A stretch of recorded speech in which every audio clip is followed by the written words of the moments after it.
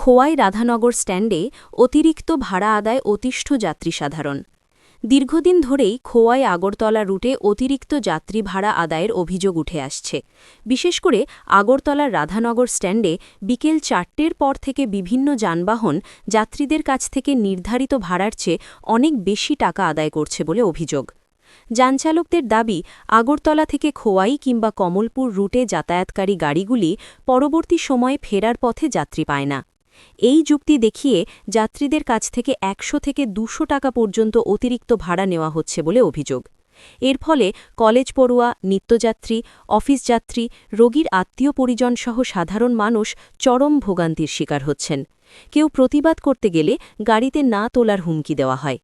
এই আশঙ্কায় অধিকাংশ যাত্রী মুখ বুঝে বাড়তি ভাড়া দিতে বাধ্য হচ্ছেন।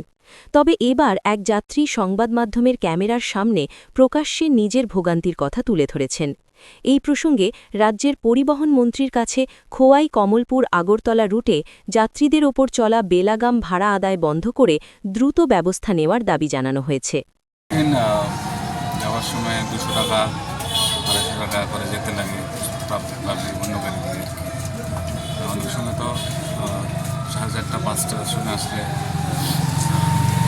হয়, গাড়ি ভাড়া অটোমেটিক্যালি বেড়ে যায়। আমাদের কাছে অভিযোগ আছে যে ম্যাক্সগুলি এখান থেকে যেগুলি চলে সেগুলি 5টা 4টা থেকে 150 টাকা ভাড়া চাওয়া হয়।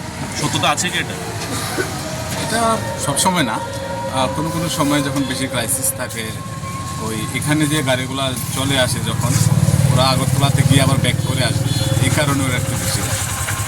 এটা কি আপনার মনে হয় যে যুক্তিসঙ্গত ব্যাপার বেশি ভাড়া আদায় করা মানুষের কাছ থেকে? এটা তো হিসাবে তো না, যা ভাড়া আছে তাই নেওয়া দরকার।